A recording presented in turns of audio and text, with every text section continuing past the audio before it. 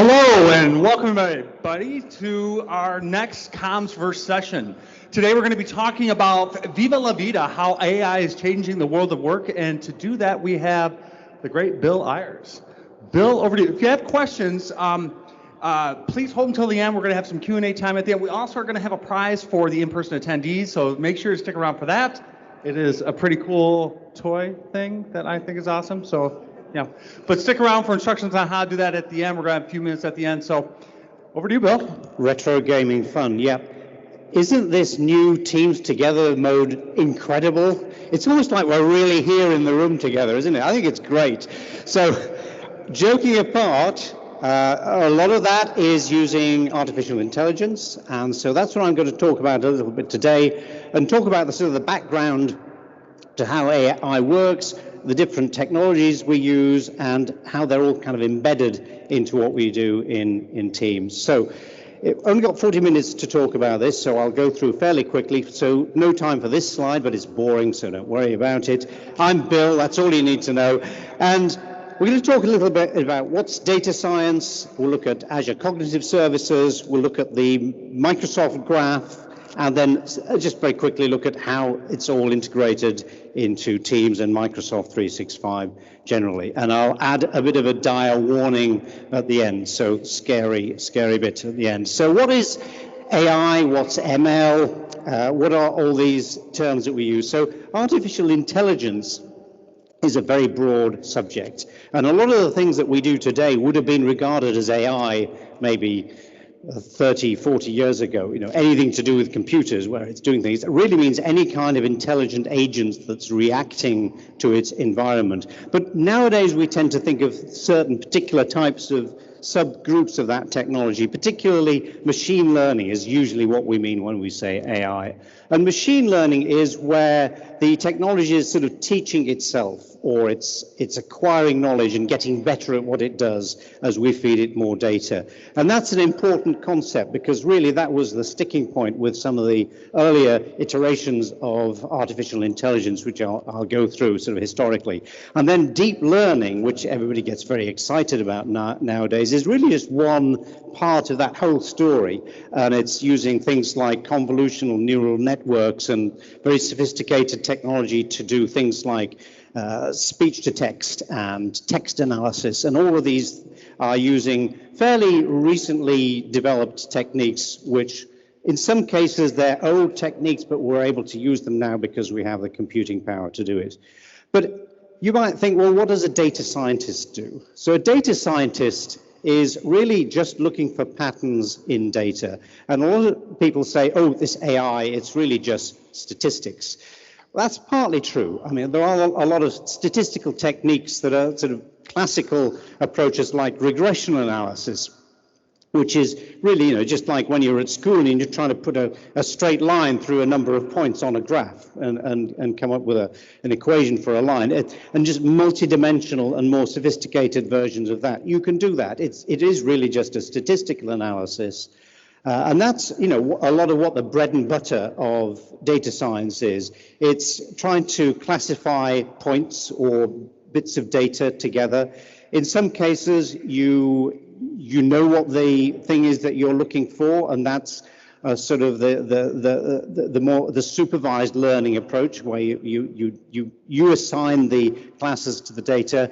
Some cases you just don't know, and you just got a load of data. You've got your supermarket chain and all the warehousing data, and you're just looking for patterns in there. You don't know what you're looking for. You want the technology to find things and group things together and cluster them together. So those are the sort of the main algorithms that people use for data science. They're not the only ones. But that forms the bread and butter of what data scientists do. And they might use a tool like PyTorch or TensorFlow. These are libraries. You don't have to write these algorithms yourself. They're all pre-built, and you can use these. And you might use something like a Jupyter Notebook to manage that and work with that. That's often how they'll work, or they might just work from the command line or from a text editor. And all those are available in Azure as well. So when people talk about Azure machine learning, it's a platform where you can do this kind of work inside Azure. And there are also nice sort of WYSIWYG tools as well. So you can do things like drag and drop different algorithms. That's one way you can do it. You know, probably as you get more sophisticated, you'll want to be working with code. But you know, there are tools to do that. There's the in Power Platform, there's an AI builder tool, which is kind of built on this technology as well, which makes it much easier as a data science kind of things. But it is a specialist field. And really what they're doing is they're saying, I'll try this model, I'm going to look at the data, I get a bit of a feel for what's there, maybe I'll try that model, maybe I'll try this set of hyperparameters or this set of parameters. And it's a kind of a process of just trying these different models until you get one that is successful at predicting the result that you want.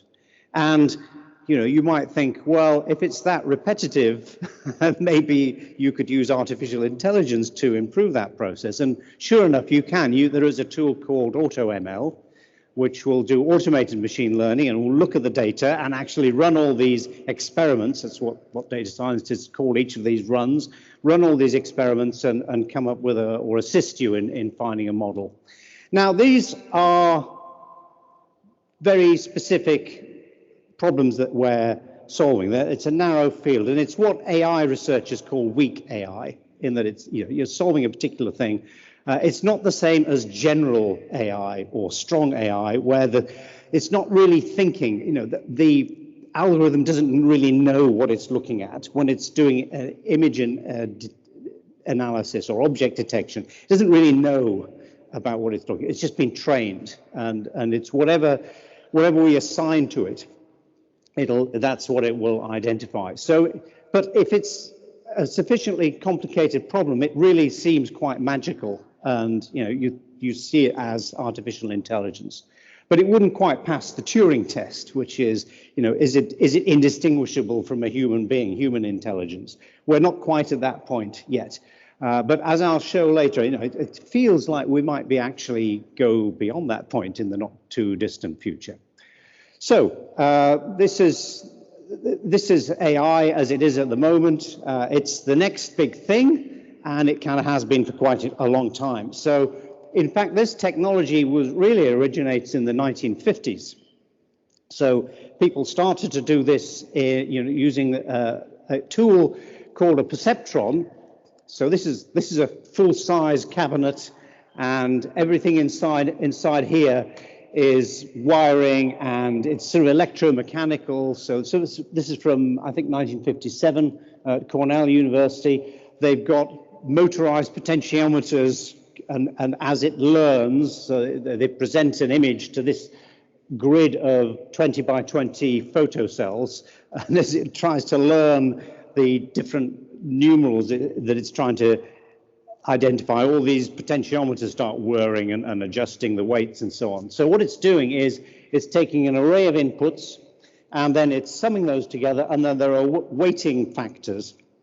And this is how a neural network works in principle. And then there's a training algorithm, so there's a back propagation of an error function, and over time you improve it, you feed it more data, more examples, and it will get better and better at identifying the particular, in this case, the numerals that you're presenting to it. And at the time they did this, back in the 1950s, everybody got extremely excited, overexcited, as often happens with technology, and thought, this is going to, you know, this is great, we can use this technology to identify Russian aircraft and things like that, you know. And money was poured into it, so the funding went up and up and up. And then there was a moment of disillusionment when everybody realized that, well, particularly Professor Sir James Lighthill realized that it wasn't really going anywhere. We kind of reached the limits. I actually remember a lecture that he did, or it was more of a sort of a debate at the Royal Society which I saw obviously on a recorded video because this was in the 1970s, and he did a very dramatic, the combinatorial explosion, he said. I just remember it distinctly. The combinatorial explosion will make it impossible to do anything but the most trivial problems with this technology, and all the funding just disappeared. What AI researchers call this is the first AI winter. Well, they probably called it the AI winter at the time. Now they call it the first AI winter. And everything went very quiet on artificial intelligence until there was another resurgence of it in the late 80s, early 90s, which I remember being involved in trying to solve classes of problems using what were called expert systems. That was the main focus of that. So that was kind of the perceptron and very simple neural networks, and then it went to expert systems. And the idea of an expert system is you basically get an expert in and you say, right, how would you identify a butterfly, for example? Well, I'll first of all look at what color it is, then maybe look at the size and the location, and you kind of work out a series of steps. And that kind of worked up to a point until, guess what, another combinatorial explosion of in the real problems of any complexity turn out to be very difficult to solve in this way. And so this, and remember, this is artificial intelligence where you're having to program everything. It's not machine learning, it's you're writing the programs. And it turned out to be extremely expensive. And I guess if you were an expert on something, maybe it wasn't much of an incentive for you to then kind of give all your information so that somebody else could just reproduce it at will. So that failed. So there's the second AI winter, and all the funding for that disappeared.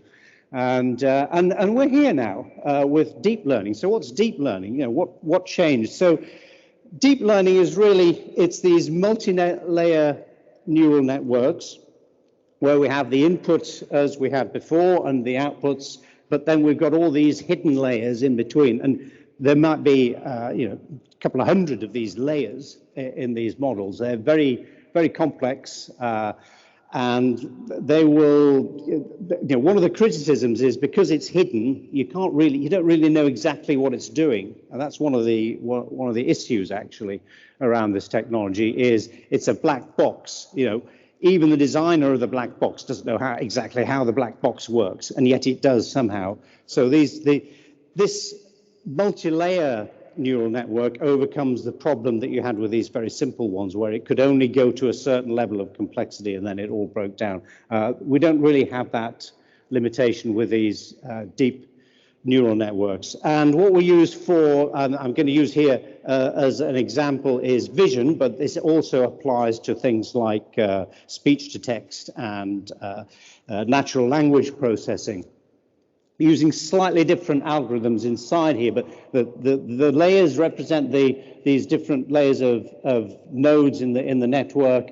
But there are some, for vision, you do these convolutions between the same kind of thing as when you're in Photoshop and you want to blur or sharpen or something like that. These are the algorithms that go through groups of points and apply repeatedly an algorithm to each of those.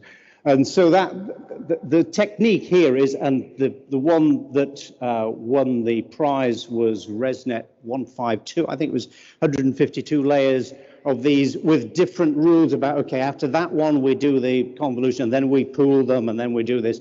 And the researchers have spent a fortune on, at Microsoft Research and others, spent a fortune developing these deep neural networks, convolutional neural networks, to solve the problem of identifying an image database of sample images. And so, the typical things are like, can he recognize a bicycle or a rabbit or a person on a skateboard or something like that? The common set of problems, thousands of them, but not everything you could conceivably want to identify. So these models, very powerful. Similar sort of things have happened in speech processing and in natural language processing. Now, what changed between now and the 1950s? Well, the computers have got faster, but that wouldn't be enough in itself. What really changed is we now have the cloud. So whereas before, if I wanted to have 1,000 very powerful computers, I'd have to buy 1,000 computers, install them, maintain them, keep them running, and then so I could do the 1 hour of processing that I needed to do. But with the cloud, I can just say, I just need 1,000 computers for the next hour and solve this problem. And so the cloud has really, the scale of the cloud has made that possible. And the other thing that we have is data. So if we want to use machine learning, so remember the expert systems, the drawback was you were relying on people to program them, and we can't do that with something like computer vision. We need to use machine learning to speed up that process, but we need data. The internet gives us a large amount of data, and things like Microsoft 365, within an organization, we're aggregating a lot of data, more data than we know what to do with as individuals, but using machine learning, we can process that data and extract some useful information from it. And who knows, we might well find that in a few years we have quantum computing, which will make us up to another level. And so the future, I think, looks really interesting for artificial intelligence, and also a little scary. I'll come back to that. So what's does it work? Well, in 2011, this is about roughly the last decade, in 2011, speech recognition was 60% accurate. Well, that's kind of a joke, I mean, this is where you get captions that don't make sense, it's utterly useless as a technology. But now, this ends at 2017, is you can see that speech recognition is just below this line here, which represents 5%. And the same with image classification. We've got a bit further with that, but image classification is also below 5% error rate. And that's significant because that's the error rate for a human being. So if I've got 1 million images and I want to capture them all, I could, nobody wants to go through all those images by hand and capture them, but we can throw a machine processing power at it. And the cost is building, designing, and training the model. Running the model, not a problem, not expensive. So this now has become really useful technology, and the same applies to things like this. Speech recognition means we can process video feeds and audio feeds and extract the text from them, and then we can search or do something even more interesting with it as well. So Azure Cognitive Services means you can use these services. They're in many cases, they're pre-built models and pre-trained models that you can then use and write some application that uses those services, and you can use very sophisticated AI solutions in your applications because all the hard work's been done by Microsoft Research. Now, in some cases, what you want to do is say, if I want to recognize my company's products, for example, from a set of images, it's no good going to computer vision, which is been trained against all these very common objects that we'd recognize. It's not specific enough. So we would need to do some sort of custom model. But you can go to computer vision it's an API endpoint, a REST endpoint, but if I go into the azure.microsoft.com, and then shall I mime here? This is a recording, obviously. I tend to be using the mouse here. I can go in there, and you can see the main ones are language, speech, and vision. And if I pick vision from there, and I'll go for computer vision, not custom vision, we'll come to that in a second. And it can say, okay, it can do object detection, which means it's what are the coordinates of the image or the item object inside the image. And it can do things like, it can say, well, it's a guy on a skateboard, and it will, recognize things like that. It might say things like snowboard or something like that. It's not perfect, but it's actually amazingly useful at general images. Nothing too specific, but general images. It can generally identify them. So that's great. But as I say, what if you want to do something more specific? What if you want to recognize specific words in your domain of interest, or you want to recognize specific images. So there's an amazing thing called transfer learning, and it's incredibly surprising that it even works at all. Microsoft have built this model, this general purpose computer vision model. But what you can actually do is if you cut off the output layer, maybe the last 1, 2, 3, 4 layers or so of that neural network, remove those, you get a series of features. So what you've got now is a trained model for feature detection. Don't know exactly what the features are. It might be colors, it might be shapes, it might be circles. You know, when it recognizes the bicycle, it takes these features and combines them somehow. And we can retrain just the last few layers of the model. So all the expensive bit has been done by the Microsoft researchers, and you can replace the last few layers and say, well, I want to recognize 2 different types of butterfly, for example. Now, computer vision, it might recognize a butterfly. I tried this about 3 or 4 years ago, and computer vision did not recognize. It would say a flower or an insect if it was lucky. Now it will say a butterfly. Can it detect the difference between something subtle like a butterfly and a moth? Probably not. It certainly can't detect it between different types of butterfly, but I can retrain this model using a tool called Custom Vision in Azure Cognitive Services.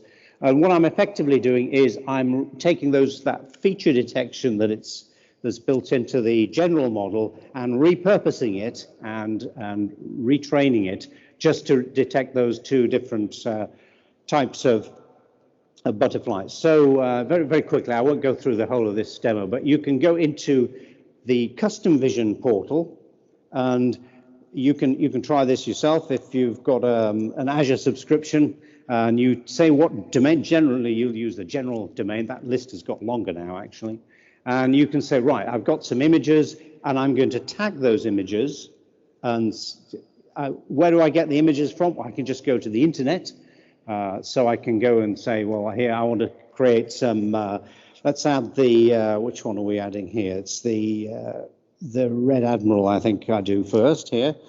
So we'll no, the peacock butterfly. So now we just need a set of images of peacock butterflies, and we can then feed that into the system. So we'll go and create a folder, and create one called Red Admiral. And we'll go in here and go to Bing, obviously, and Bingle, and we'll go and you usually find that most of the first few pages of search results are images of the type that you want. You have to generally, I put Red Admiral butterfly because I put Red Admiral, I'll get pictures of admirals on ships and things like that. So you have to be a little bit more specific. And clearly, if you were doing it for, say, your own company's products, you'd have your own photographs of those products, and you'd feed those in. I actually only needed to use about 15 of each category in order to make this work. So then I can save those images, and then what I'll do then is label them. So go a little bit further down. So we can take all these peacock butterfly images that we've accumulated from whatever source it is, and then we tag them. So this is supervised learning. I know that these are peacock butterflies, so I label them as peacock.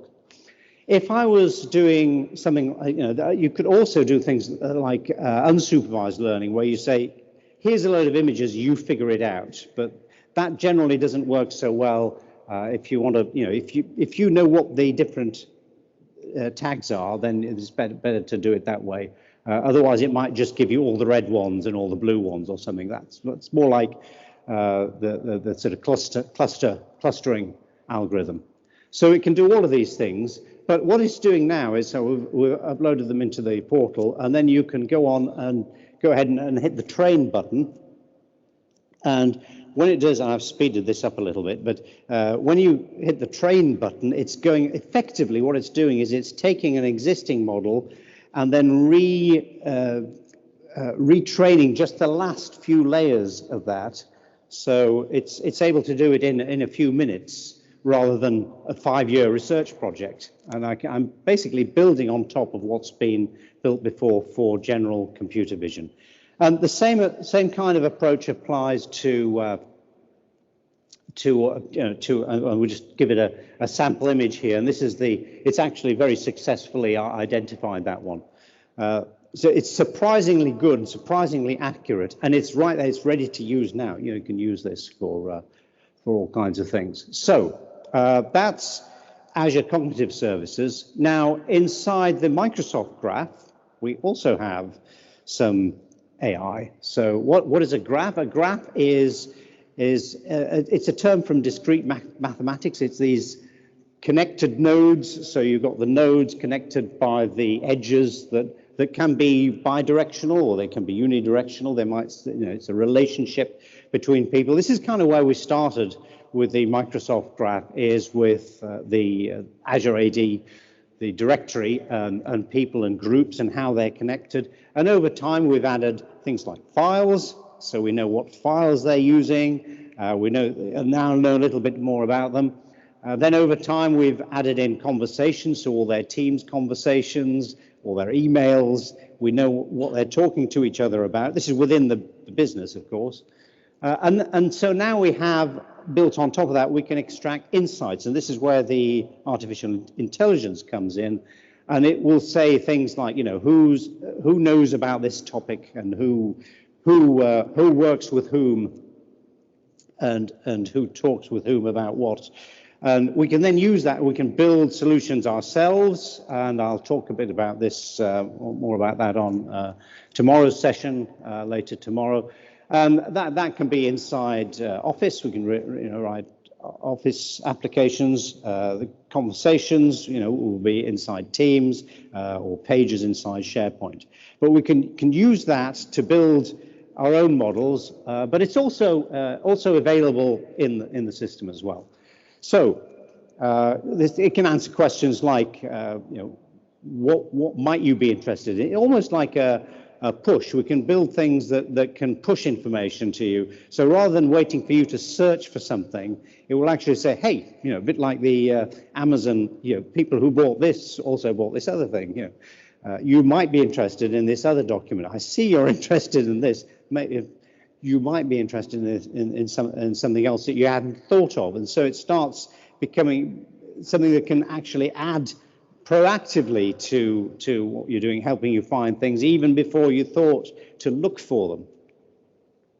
A few other places it's surfaced. So this SharePoint Syntax is using machine learning. So it's built on top of a tool called Project Cortex, which is, again, same idea. It's the same underlying technology behind all these, just surfaced in different ways.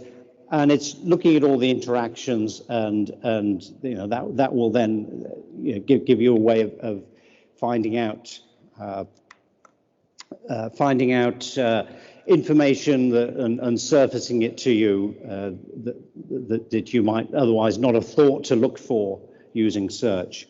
Viva Topics, so not Viva Insights, that's something slightly different, but Viva Topics is part of this set of the Viva branding of a sort of a bunch of products which they're gradually adding to, which can do things like, it can say, well, if you join a company and you're told you're going to be working on Project Meerkat, and you think, what the hell is Project Meerkat?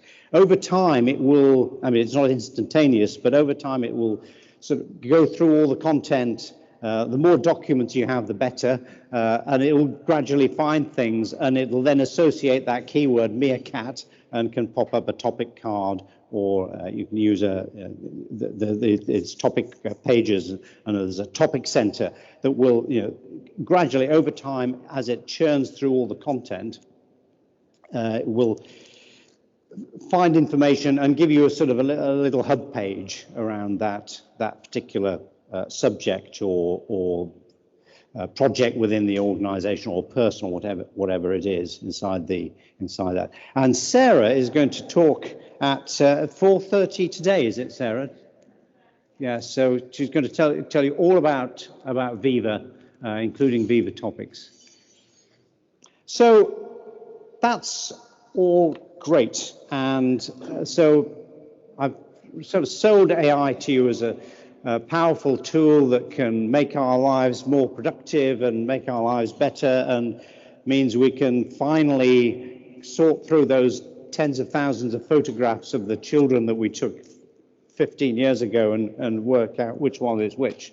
But there is a few words of warning. So there's a number of things to be aware of with artificial intelligence. So it's not all entirely positive. So there is a widely believed to be an existential threat where I'll talk about that in a second. That's as these things get cleverer and cleverer, sooner or later somebody could make some terrible mistake and wipe out the human race somehow because they'll be too clever for us. I'll talk about that in a second. And then there's a number of ethical issues. There's this very scary book by Nick Bostrom, who specializes really in writing books which contain bad news. And this is certainly, it's pretty bad when you read this one. I think, I think as long as we're careful, I think we'll be fine. But it's worth being aware of these things now. At this point, we're probably here at the moment where machine intelligence is some way short of human intelligence. And we're talking about strong AI, general intelligence now. But we're not really at that point. It's improving rapidly. But the problem with human intelligence is there is no real. We haven't got a great way of improving our own performance. We can't upgrade our processors in our heads. That's kind of making it come to the point where you're going to think, well, if human intelligence isn't increasing, and sometimes it feels as though maybe even me going back down slightly again, machine intelligence is always improving. The algorithms are getting better. The machines are getting more powerful. We might have quantum computing before too long, which is going to make it even faster. And it could reach a point where you get this takeoff where the machines have enough intelligence to start acquiring knowledge, and they can then improve their own intelligence. And so this is a serious threat that a number of experts in this field think could happen in the next 30 or 40 years, that sort of timescale. So within our lifetimes, possibly not my lifetime, but within our lifetimes, this could become an issue. So now is the time to think about it, not in 40 years' time when suddenly, the robots have taken over. So that is a serious problem. But right now, there are all kinds of ethical issues. So this is an actor, but you'll notice his face has been changed to Al Pacino's by AI. So this is a deep fake. I don't know if you might have seen this before, but you can replace somebody's face. He's gone back to himself now, but you can replace somebody's face, and that's quite frightening. I think it's going to be now is Arnold Schwarzenegger. So it can be quite frightening. So they've taken pictures of Arnold Schwarzenegger and kind of morphed his face. It's bizarre. And if you can do that, you could create a video of anybody doing anything you wanted, which is really worrying. Or in some cases, it might be a useful excuse for explaining. Oh, no, it was a deep fake. Yeah, it wasn't me. Yeah. So all kinds of ethical issues about how people might manipulate video. Maybe you talking about Microsoft 365 and Teams and monitoring all that interaction. Maybe some evil boss will look and start making firing decisions based on what the AI system draws out of that. Oh, so-and-so's not doing much, Screening job candidates is a real temptation. Anybody who's in HR is going to be tempted to use some kind of artificial intelligence, machine learning thing to say, oh, let's just go through all we've got 10,000 job applicants. We need to whittle this down to 100. before we start reading. I don't want to read all these, so let's run this through an algorithm. Now, that algorithm could be very biased in all kinds of ways. It might be biased because it will try and replicate whatever biases we had in the past and propagate those moving forward. All kinds of things, lots of jobs where people are worried that a lot of roles will disappear because they'll be replaced by AI. And it's a black box, so there are solutions to this problem, which are, you can get the systems that will explain how it arrived at that conclusion and ways of testing it to test for bias, but it is a bit of a black box. So we have to be very careful how we use this technology. So Microsoft has a set of responsible AI principles, which you can see there. There's about 6 of them: fairness, security, all these different. Is that right? Okay, I won't worry about that. So any talk, of course, on artificial intelligence has to finish with a picture of the Terminator.